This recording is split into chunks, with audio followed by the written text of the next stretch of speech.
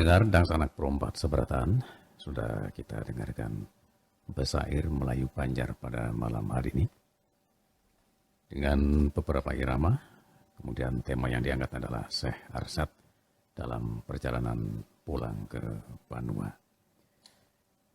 Nanti ada pemaparan dari Bapak Yusliani Nur. Pak Yus, Iya Pak. ini sedikit saya ada cerita juga nih ya. Iya. Kalau dilihat dari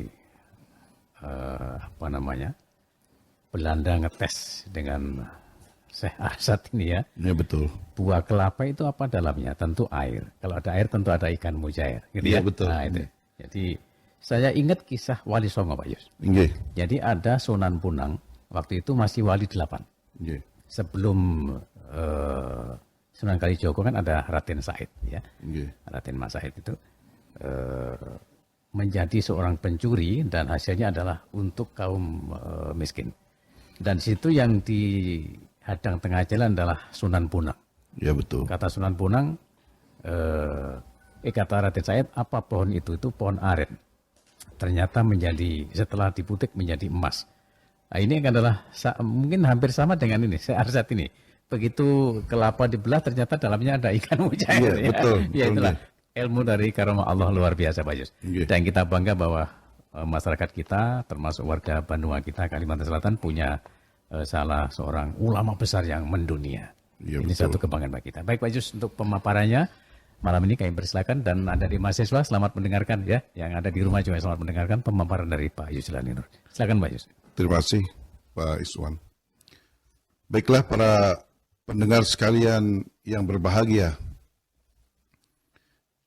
Tema kita malam ini adalah Syekh Arsad Al-Banjari dalam perjalanan pulang ke Banua Banjar. Beberapa sumber menyatakan bahwa Syekh Muhammad Arsad Al-Banjari itu lamanya beliau di Mekah itu ada yang mengatakan 25 tahun, ada yang mengatakan 30 tahun. Tapi sumber yang paling akurat itu beliau di Mekah itu selama 30 tahun, di Madinah selama 5 tahun. Jadi kalau dihitung-hitung beliau di negeri Haramain, Mekah Madinah itu lamanya sekitar 35 tahun. Suatu fase untuk menuntut ilmu yang sangat panjang. Sekaligus beliau juga menjadi guru di Makkatul Mukarramah. Ketika saudara Sidin Zainal Abidin naik haji ke Mekah, beliau bertemu dan Zainal Abidin menceritakan bahwa kalau sudah dirasa cukup, kaai ujar Zainal Abidin, lamun kawa bulik pang pian ke Banua.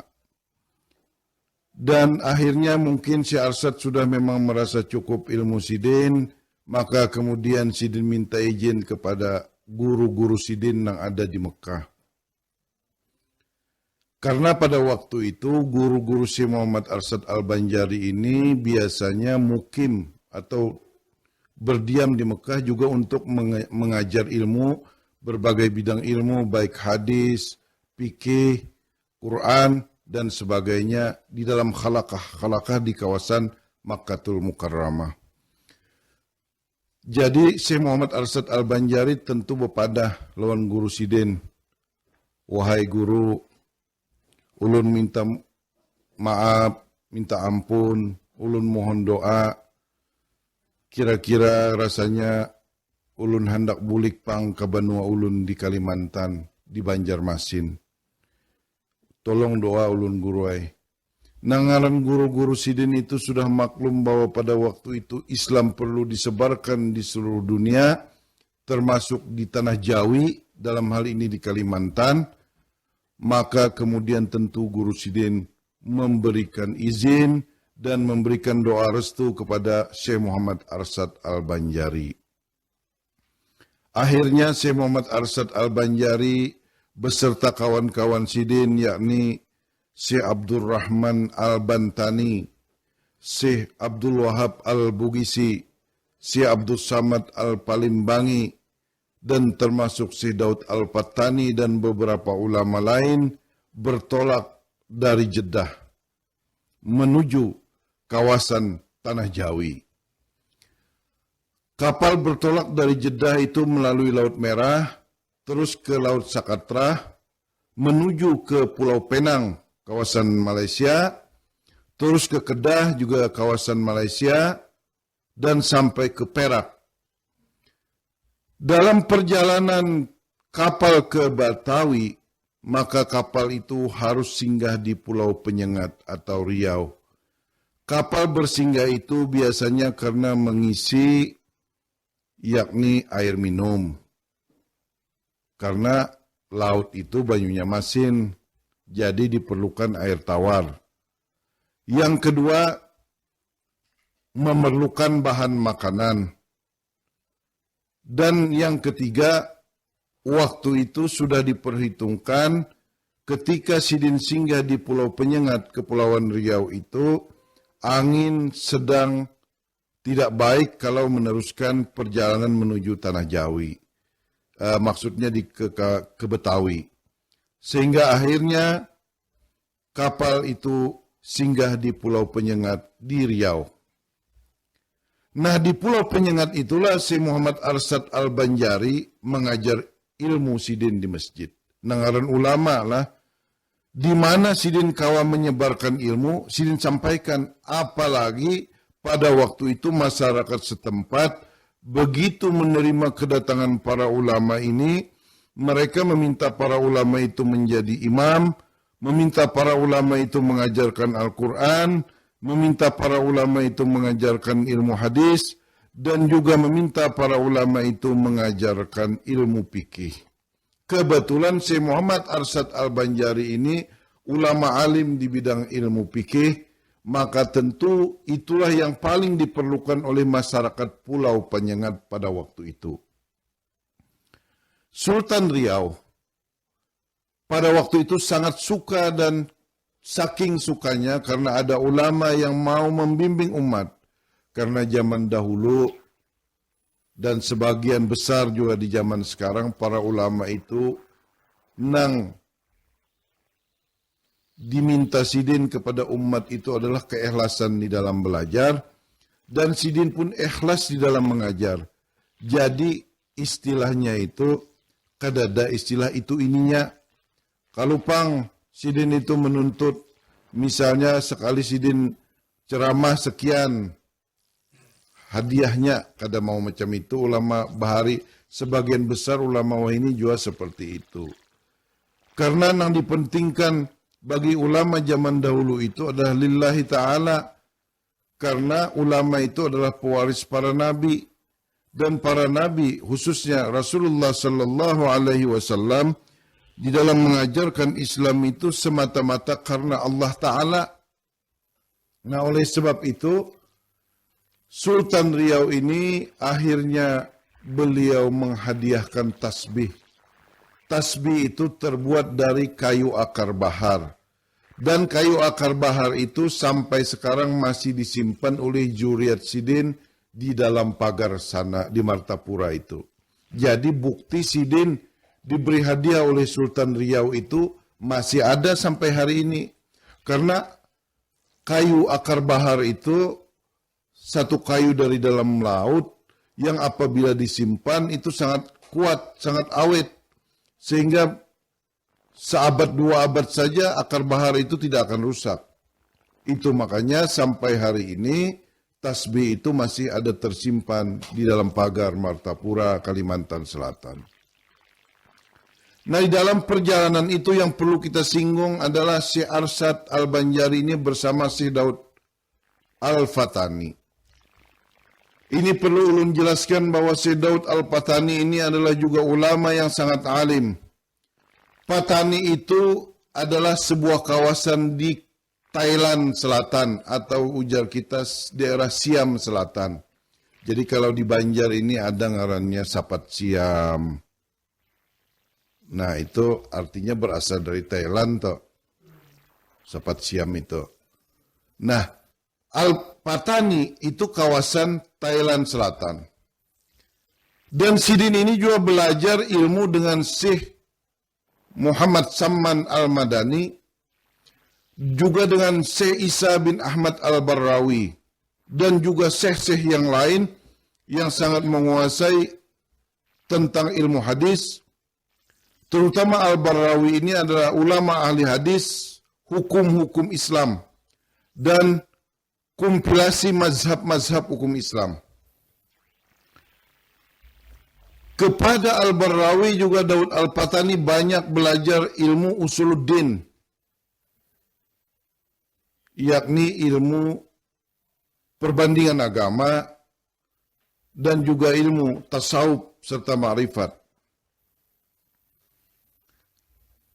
Tetapi juga semua guru Syekh Muhammad Arsyad Al-Banjari, semua guru Syekh Abdul Samad Al-Palimbangi juga menjadi guru Syekh Daud Al-Patani. Sehingga Syekh Daud Al-Patani ini saking banyaknya guru, beliau juga menguasai berbagai bidang ilmu. Bahkan tercatat sampai beliau wafat, beliau itu menulis kitab sebanyak 57 biji kitab, baik tebal maupun tipis, dengan berbagai macam disiplin ilmu. Jadi bayangkan kalau sampai 57 biji kitab itu, tentu sangat produktif beliau di dalam berkarya untuk kepentingan kemajuan Islam. Jadi dapat kita bayangkan pada waktu itu, Islam sebagai sumber ilmu pengetahuan, di mana ulama-ulamanya berkarya begitu hebatnya dalam kerangka untuk mencerdaskan umat Islam. Dan kitab-kitab beliau itu sampai hari ini sangat relevan untuk dipelajari, diperdalam, untuk pengayaan wawasan ilmu pengetahuan. Karena itu, ulama Melayu Indonesia yang tersebar di kawasan Nusantara dan membentuk jaringan keilmuan di kawasan Asia Tenggara, ini merupakan jaringan ulama abad ke-18. Sebuah jaringan ulama yang membentang di kawasan Nusantara, yang membentuk jaringan keilmuan dari berbagai macam bidang ilmu. Dan itu mereka senantiasa saling berhubungan satu sama lainnya melalui surat-surat atau melalui utusan-utusan murid-murid sidin, nang biasanya kadang-kadang misalnya nih, ada nang belajar lawan guru Syekh Daud Al-Patani misalnya belajar ilmu hadis. Ujar Syekh Daud Al-Patani, ikam kalau hendak memperdalam di bidang hadis yang berkenaan dengan fikih, ikam tulak je ke Banjar. Di situ ada dang sanak seperguruan aku, yakni Syekh Muhammad Arsyad Al-Banjari. Inya di sana di Banjar itu, ujar Syekh Daud Al-Patani juga sangat alim di bidang ilmu tasawuf.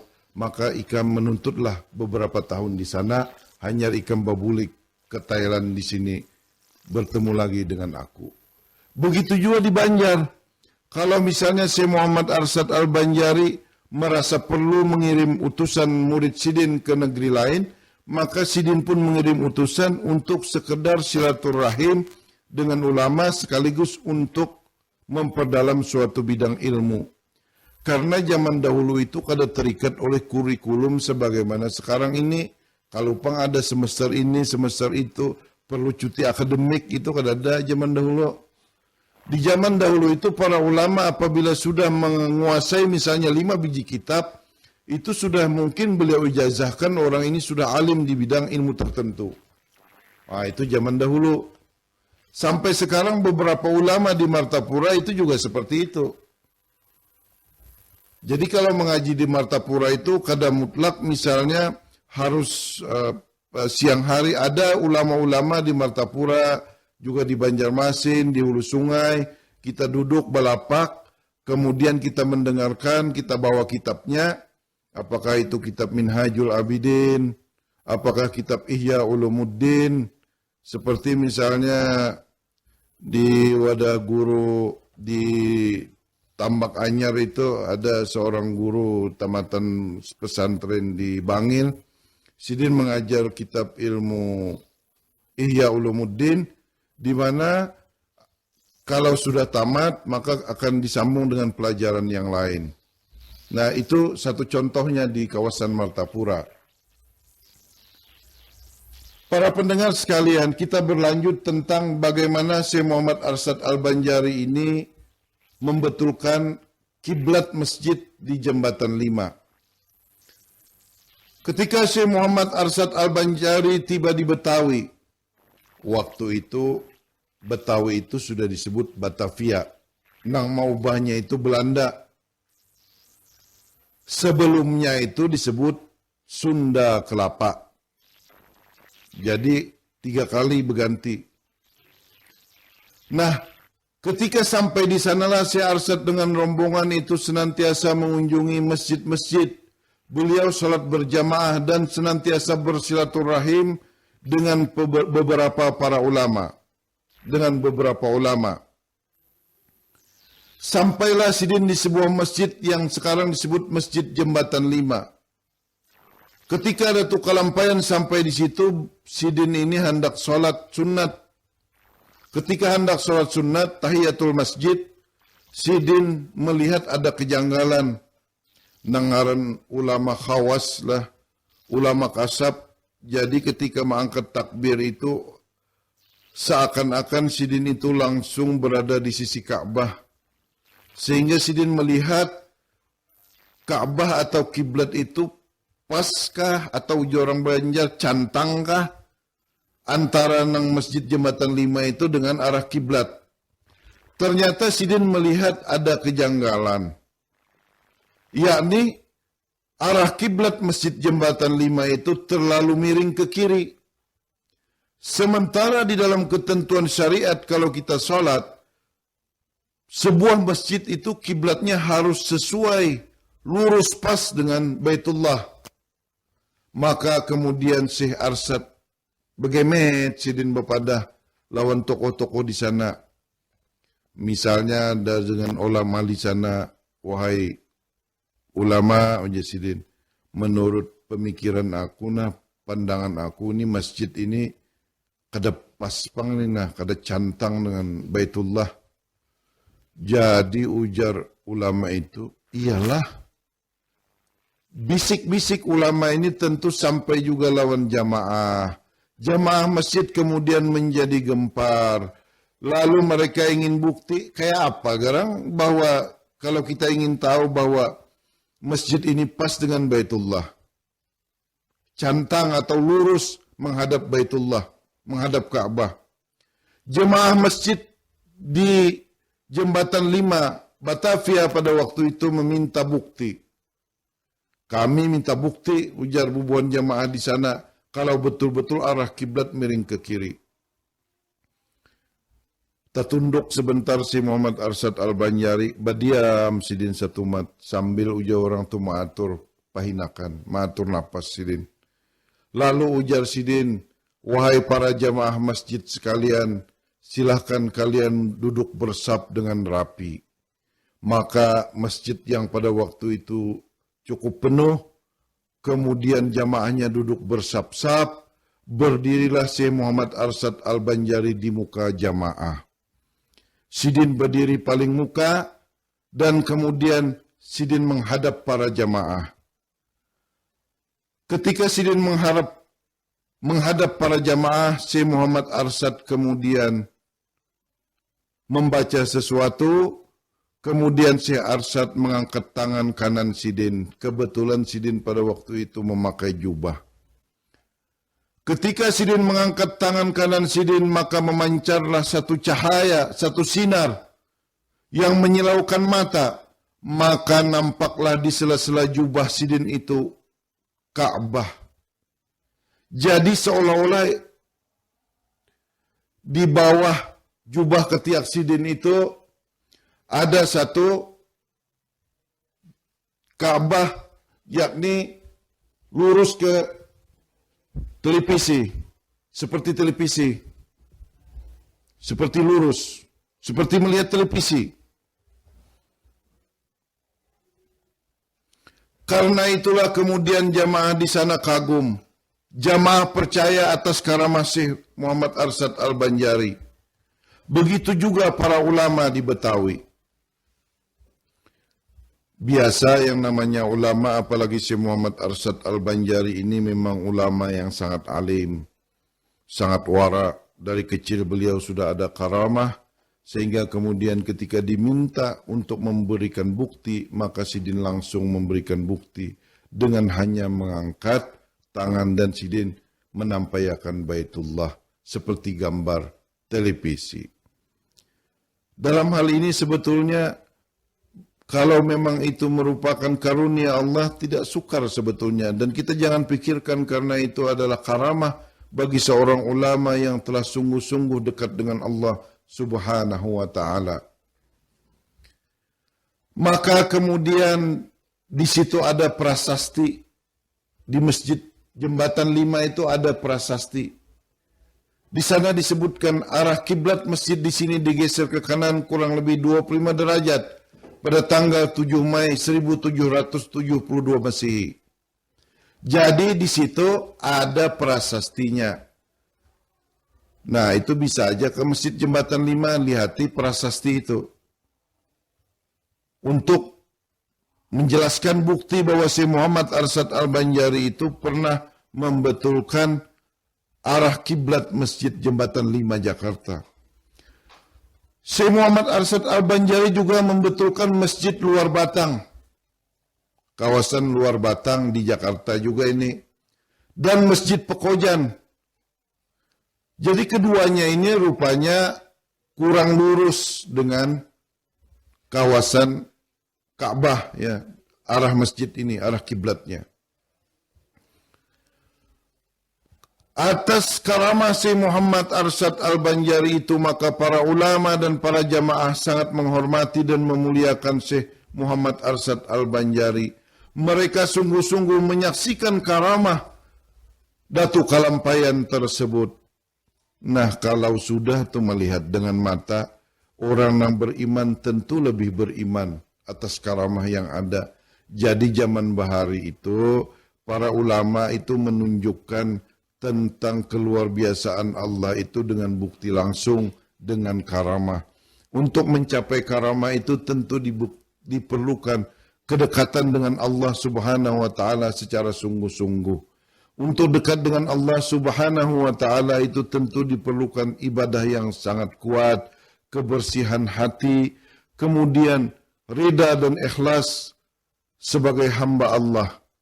Nah, itulah kira-kira bagaimana ulama zaman dahulu untuk mencapai makam seperti Syekh Muhammad Arsyad Al-Banjari ini. Kenyataan-kenyataan yang demikian itu membuat heboh. Ujar orang Banjar itu tumbur negeri Betawi ini. Muncul isu macam-macam di Betawi itu. Luar biasa karamah ulama itu, jar orangnya. Ulama itu dari Banjar. Hanya datang di Makkah Sidin itu. Sudah Sidin bisa menampaikan Ka'bah di jubah Sidin. Nah, isu dan berita ini tentu saja menyebabkan pemerintah Belanda menaruh perhatian. Karena pada waktu itu kita mengetahui bersama bahwa Batavia itu adalah ibu kota pemerintahan Belanda. Belanda itu sudah menjajah negeri kita. Walaupun Kesultanan Banjar itu belum terjajah. Cuma Batavia itu sudah. Jadi tidak seluruhnya Indonesia itu pada zaman itu langsung dikuasai oleh Batavia. Bahkan sebujurannya Kesultanan Banjar itu termasuk yang paling akhir sebetulnya dapat dikuasai penuh oleh Belanda. Jadi Aceh dan Banjar itu paling akhir dikuasai oleh Belanda. Perang Banjar itu berakhir pada tahun 1906. Nah, nanti kita akan basair setelah habis episode tentang Syekh Muhammad Arsyad Al-Banjari itu, kita akan mensyairkan sebuah syair tentang Perang Banjar dengan judul Perang Berkobar di Negeri Banjar dari tahun 1859 sampai 1906. Para pendengar sekalian yang berbahagia, Gubernur Belanda pada waktu itu yang cocok nih nah, setelah ulun membaca literatur, karena di beberapa buku tidak dijelaskan siapa garang gubernur Belandanya. Ulun cari maka yang cocok dengan tahun sekira-kira Syekh Muhammad Arsyad Al-Banjari itu datang ke Nusantara, khususnya ke Batavia pada waktu itu adalah Gubernur Van der Para. Nah, Gubernur Belanda Van der Para itu begitu mendengar laporan anak buahnya bahwa Syekh Muhammad Arsyad Al-Banjari itu menimbulkan kehebohan dan dianggap menimbulkan keributan dan keresahan dalam wilayah pemerintah Hindia Belanda, maka Belanda menjadi khawatir. Khawatirnya apa? Pengaruh Syekh Arsyad Al-Banjari semakin kuat dan bisa saja menimbulkan jatuhnya wibawa pemerintah Belanda, terutama gubernur Belanda di Batavia pada waktu itu. Maka Syekh Arsyad kemudian diundang secara resmi oleh gubernur Belanda. Lokasi undangan itu letaknya di kapal laut. Nah, jadi di kapal ini undangannya. Kapal pada waktu itu menjadi sarana transportasi unggulan di kawasan Nusantara pada zaman Gubernur Van der Para ini. Kemudian juga lokasi di kapal itu sebagai siasat Belanda untuk menjaga keamanan. Jangan sampai menimbulkan berbagai macam persoalan. Karena itu di kapal itulah mereka melakukan pertemuan dan mengundang Syekh Muhammad Arsyad Al-Banjari. Undangan itu ternyata adalah untuk menguji, mentes sekalinya, menguji luas dan dalamnya ilmu dari Syekh Muhammad Arsyad Al-Banjari. Nangaran seorang ulama dan rombongan Syekh Muhammad Arsyad Al-Banjari tentu hanya berpasrah kepada Allah Subhanahu wa taala. Dan sidin kada terlalu galau, kada terlalu resah, kada, karena hidup dan mati sidin sudah sidin serahkan kepada Allah. Jadi apapun yang terjadi sidin terima aja. Nah, ketika di kapal atau di dek kapal itu, Syekh Arsyad dihujani banyak pertanyaan oleh gubernur Belanda. Dan ternyata yang hadir di situ juga banyak ilmuwan Belanda yang ahli di bidang ilmu geografi, ilmu mantik, ilmu falsafah, aljabar, kompas, dan lain-lain. Namun Syekh Muhammad Arsyad Al-Banjari itu tentunya sudah juga mempelajari berbagai bidang ilmu. Sidin di antaranya pernah berguru dengan Syekh Ahmad Damanhuri.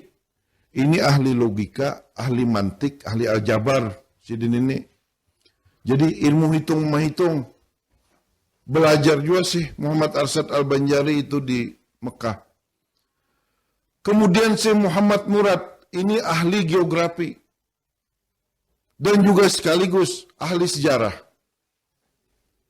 Karena itu Syekh Muhammad Arsyad Al-Banjari itu juga mempelajari ilmu duniawi atau ilmu-ilmu umum. Ketika Syekh Muhammad Arsyad Al-Banjari di kapal itulah beliau ditanya oleh pembesar Belanda. Wahai Tuan Syekh Arsyad, menurut sampean, ujar pembesar Belanda itu, kira-kira kayak itu, Pang, berapa kedalaman laut di sekitar tempat kapal kita ini berlabuh? Nang ditakunakan itu adalah kedalaman laut. Nah, pada waktu itu Syekh Muhammad Arsyad Al-Banjari badiam sidin setumat, menundukkan kepala, kemudian sidin menarik napas, dan kemudian sidin mengatakan, jumlahnya sekian, ujar sidin. Dari beberapa pertanyaan yang ulun ajukan ketika ulun wawancara dengan beberapa orang di Martapura, di Istanbul, macam-macam jumlahnya, jadi kada usah ulun sambat berapa kedalaman yang dijawab si Arsyad nih. Cuma ujar si Arsyad kira-kira kedalaman jumlahnya sekian. Nah, kayak itu aja yang bisa ulun jelaskan. Jadi si Arsyad menyebutkan angkanya. Belanda pada waktu itu bingung juga, Bang. Lalu akhirnya rupanya mereka sudah menyiapkan alat. Di antaranya tali dan meteran. Maka kemudian ilmuwan Belanda itu meletakkan tali, merendam tali sedalam-dalamnya dengan jangkar ke dalam laut. Pas lurus. Kemudian dihitung setelah diangkat tali itu ke atas permukaan, lalu dihitung dengan alat ukur. Ternyata apa yang disebut atau disambat oleh Syekh Muhammad Arsyad Al-Banjari itu tepat dengan ukuran tali yang sudah tadi dimasukkan ke dalam air dengan timbarat batu atau juga dengan dengan alat yang bisa menyebabkan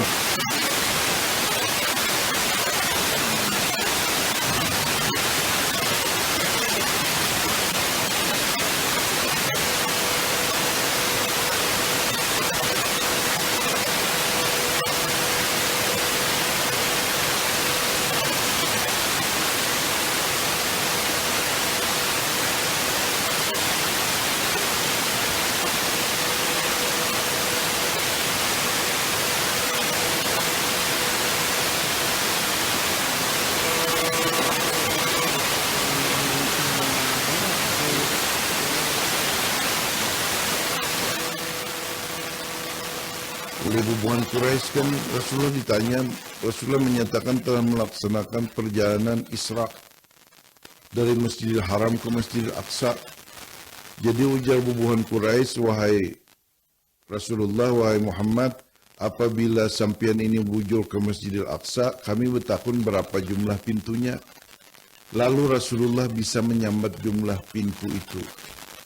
Ulun kira-kira memahami pengertian ilmu ini yang disebut dengan ilmu kasab. Nangaran ilmu kasab itu kada berdasarkan bisikan di telinga. Nangaran ilmu kasab itu bisa sidin itu melihat langsung, yakni diperlihatkan oleh Allah Subhanahu wa taala jumlahnya. Lamun bisikan lain pulang itu. Bisikan itu bisa bujur, bisa kada. Ulama kasab dengan menggunakan ilmu nang hak itu ujar beberapa tuan guru di Martapura, ujar sidin, itu adalah dengan cara diperlihatkan melalui pandangan mata batiniah. Kemudian dipahami oleh mata basyariah. Kira-kira macam itu, Pak. Gubernur Belanda kemudian menaruh sangat hormat. Ilmuwan pun kagum, ilmuwan Belanda sangat kagum akan ilmunya Syekh Muhammad Arsyad Al-Banjari, maka kemudian Gubernur Belanda memberi gelar Syekh Muhammad Arsyad Al-Banjari dengan Tuan Haji Besar. Itu makanya Datuk Kalampayan itu disebut Tuan Haji Besar. Tetapi kemudian ada juga yang menggelar sidin Tuan Surgi. Nang paling awal, Syekh Muhammad Arsyad Al-Banjari itu diberi gelar Tuan Haji Besar. Nah itu makanya di Banjar itu yang ada bukan kiai haji, tapi Tuan Haji Besar atau Tuan Guru. Meskipun ada beberapa tingkatan di Banjar itu nang penambahan Ustadz dulu atau Guru. Limbah Ustadz atau Guru meningkat lalu menjadi Muallim. Limbah mu'alim lebih tinggi lagi ilmunya lalu disebut Tuan Guru. Nah, kalau sudah Tuan Guru itu berarti sudah sangat alim. Nah, kalau Tuan Haji Besar, nah ini gelar khusus yang diberikan oleh Belanda, oleh Gubernur Belanda kepada Syekh Muhammad Arsyad Al-Banjari. Rupanya Gubernur Belanda belum puas juga hatinya. Ada sifat akal sedikit. Nangaran orang ketujuh berpikirlah. Bujur garang. Si Arsyad nang ini bayi si ilmu nang kayak itu. Alimnya. Ada sesuatu ingin menguji dan ada sifat licik dari Belanda itu. Dan juga ingin mempermalukan Syekh Muhammad Arsyad Al-Banjari. Maka kemudian Gubernur Belanda mengundang ilmuwan. Mengundang para pembesar. Mengundang para ulama, mengundang para pendeta Nasrani dan Yahudi. Maka kemudian Syekh Arsad juga diundang dengan beberapa ulama sebagai tamu kehormatan. Datangnya ini Syekh Muhammad Arsad Al-Banjari karena dihormati oleh Belanda, apalagi undangannya resmi, nama undang gubernur pulang, dan Sidin sangat bijaksana orangnya, orang yang sangat senantiasa menghormati kepada pejabat, apakah itu pejabat non-muslim ataupun pejabat muslim. Jadi Syekh Muhammad Arsad Al-Banjari ini senantiasa beliau menghormati siapapun orang yang memang diberi amanah untuk memangku suatu jabatan. Datang Syekh Muhammad Arsad Al-Banjari memenuhi undangan itu. Dan Belanda pada waktu itu sudah menyiapkan buah-buah kelapa, buah-buah nyiur sebagai minuman untuk undangan. Dan kelapa-kelapa itu belum dikupas. Maka Syekh Muhammad Arsad Al-Banjari kemudian meminta untuk meminum buah kelapa, meminum air kelapa.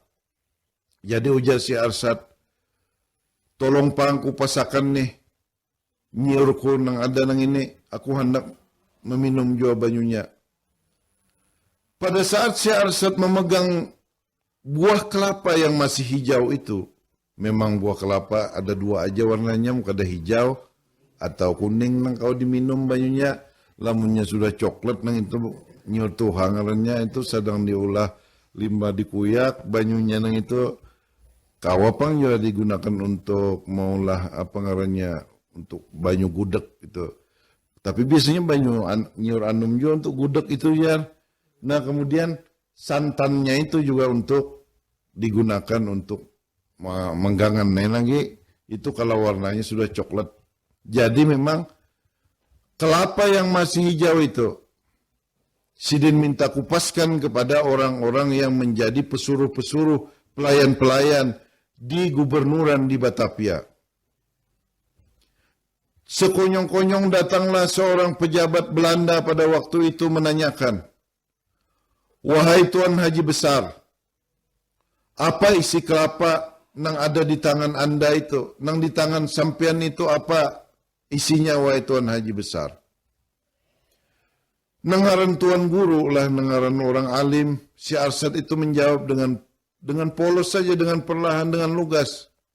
Ujar Sidin, di dalam kelapa ini pasti ada banyunya, pasti ada airnya. Di dalam air pasti ada ikannya, ikan mujair. Jadi kalau karamah Syekh Muhammad Arsad Al-Banjari itu ikan mujair. Ikan mujair itu waktunya halus, ujar orang Banjar itu ya iwak salumbangan. Jadi iwak yang ada di dalam kelapa itu, limbah dibelah itu, sebujurannya iwak salumbangan, sekira-kira 2 jari genarnya.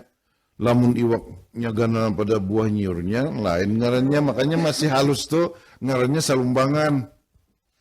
Nah, tapi ngarannya anak mujair, Orang Banjar menyambat sekali lagi ngaran ikan mujair itu, halusnya itu ya iwak salumbangan. Bagus mana iwak tuh. Lamun di Batang Banyu Matapura tuh, inya bakunyung tuh biasanya bagus jadi hiasan. Diandak di toples kaca, bakunyungnya 2-3 hari mati kehabisan oksigen. Nah itu biasanya di Matapura ulun pang bahari lagi halus teng itu. Ketujubanan menangkap salumbangan. Nah mendengar jawaban Syekh Arsad, para undangan dan para hadirin, para pembesar, para saudagar, para pendeta, tertawa terbahak-bahak. Ujar bubuhannya dasar kada masuk akal sama sekali. Masa di dalam buah nyiur ada iwak berkunjung? Kada masuk di akal sama sekali. Itulah jawaban Syekh Muhammad Arsad Al-Banjari apa adanya. Lalu akhirnya ujar si Arsad, dikupas saya sudah belah nih nah nyiur nih, ayo ikam tertawa situ terbahak-bahak, terhindik-hindik situ. Nah, lalu akhirnya kemudian limbah dibuka, ada juga ada serba banyu juga ngaran nyiur anom ngarannya, mbak itu Tang ada bakunyung je iwak selumbangan di situ iwak mujair nah bakunyung. Nah ujar Belanda tanganga amubuhan Belanda nang ini. Itu nangaran buju-buju tanganga tuh. Terkagum-kagum dibuatnya. Belanda luar biasa kagumnya dengan Syekh Muhammad Arsyad Al-Banjari. Ini kelahan ujar Belanda. Nah jadi para pendengar sekalian yang berbahagia, para hadirin yang ada di studio, kita harus maklum bahwa yang namanya karamah itu memang tidak bisa masuk akal. Bagaimana bisa diakali? Tetapi ketika kita berupaya untuk menyelidiki sesuatu peristiwa itu boleh. Nah itu namanya kebenarannya itu kebenaran ilmiah. Tapi kebenaran mutlak dari Tuhan yang ini kita kalau dipikirkan enam. Oleh sebab itu, ketika yang dimaksud dengan karamah itu, yang berkaitan dengan keutamaan para ulama, ini karena memang bubuhan sidin itu berpasrah diri sepenuhnya kepada Allah Subhanahu wa Ta'ala. Maka berpasrah diri kepada Allah Subhanahu wa Ta'ala itu memang dalilnya la haula wa la quwata illa billahil aliyil azim. Bahwa kita ini kada kuat kuasa. Nah kuat kuasa itu hanyalah kecuali dengan Allah. Dengan kuasanya Allah Subhanahu wa Ta'ala. Namun demikian, tentu saja tidak semua orang memiliki karamah sebagaimana yang dimaksudkan. Tetapi akan hanya seseorang memiliki keahlian, itu boleh-boleh saja. Yang namanya keahlian, itu kada pandang bulu, berbeda dengan karamah. Karamah dengan istidrat juga berbeda. Kalau istidrat itu tentu ada kaitannya dengan campur tangan setan. Sementara karamah itu semata-mata pemberian dari Allah Subhanahu wa Ta'ala. Nang ulun maksud keahlian itu adalah misalnya kayak ini nah. Seseorang tukang tuh naik ke atas atap tingginya 15 meter atap itu batu kangnya. Kada seberatan orang ahli itu bisa gair yang lain. Melihat ke bawah aja gin. Tidak semua orang juga ahli naik nyiur. Amun kada keahlian. Nah keahlian lain pada karamah. Makanya kalau di bidang ilmu itu biasanya keahlian. Tapi buah daripada ilmu. Ketika orang mengamaliyahkan sesuatu, misalnya mengamaliyahkan Asmaul Husna, terus menerus orang mengamaliyahkan Asmaul Husna itu, dari Allah, kalimat Allah sampai As-Sabur, terus saja. Kemudian dia mendapat rintangan di jalan misalnya, atau mendapat masalah, maka dia berpasrah diri kepada Allah, bisa saja sewaktu-waktu Allah menolongnya, tanpa dia pahami bahwa itu adalah ma'unah dari dia membaca Asma'ul Husna yang terus-menerus itu. Nah itu karena itu, ma'unah atau karamah, itu buahnya daripada ilmu dan amal. Tapi kalau keahlian, nah itu lain lagi, itu sudah kisahkan tadi. Nah kemudian, Gubernur Belanda tertegun. Rencana mempermalukan Syekh Arsyad kemudian gagal. Sejak saat itu Gubernur Belanda menaruh hormat kepada Syekh Muhammad Arsyad Al-Banjari. Jadi hormat Bandar Belanda dengan Syekh Muhammad Arsyad Al-Banjari itu. Karena gagal mempermalukan Tuan Haji besar ini. Yang perlu kita pahami bahwa mengapa Belanda pada waktu itu sangat menghormati para ulama? Karena Belanda mengetahui bahwa para ulama itu adalah orang-orang yang memiliki ilmu.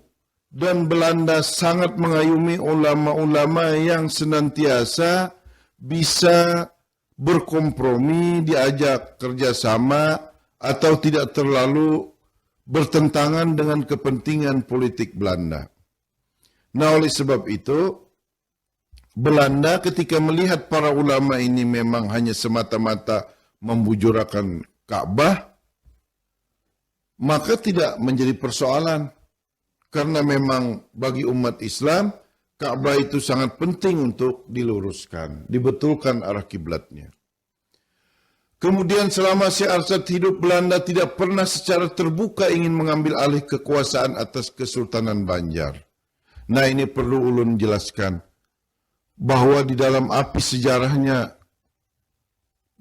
Ahmad Mansur Surya Negara, seorang sejarawan Indonesia, sejarawan Islam, dia menyatakan bahwa selama Syekh Muhammad Arsyad Al-Banjari itu hidup, maka Belanda tidak berani menjajah tanah Banjar.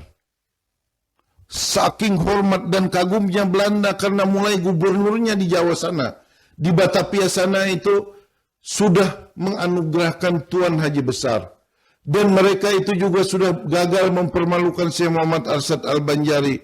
Dan mereka juga mengetahui bahwa Syekh Muhammad Arsyad Al-Banjari itu orang yang sangat alim, yang semata-mata ingin menyebarkan dan mendakwahkan Islam bagi banuanya, bagi daerahnya, bagi bangsanya di negeri Banjar. Maka Belanda tentu menaruh hormat dan Belanda tidak mengusik sedikit pun Kesultanan Banjar itu.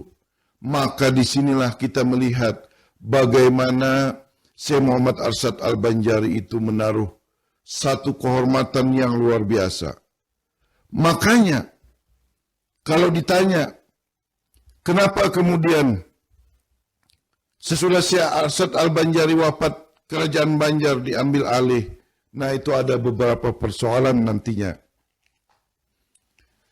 Dan kemudian yang perlu ulun sampaikan bahwa Syekh Arsyad Al-Banjari itu silaturahim dengan ulama di Betawi, khususnya dengan Syekh Abdul Qahar, pemimpin ulama di Betawi. Mereka menyusun strategi, yakni dakwah di Nusantara dengan muzakarah, dengan saling bertukar pikiran, bertukar pendapat, yakni dengan bil hikmah, dengan limpahan kebijakan-kebijakan supaya orang yang didakwahkan itu semata-mata mendapatkan hikmah hidayah dari Allah Subhanahu wa taala. Kemudian dengan bil mau'izatil hasanah, dengan cara-cara yang baik, tidak dengan paksaan.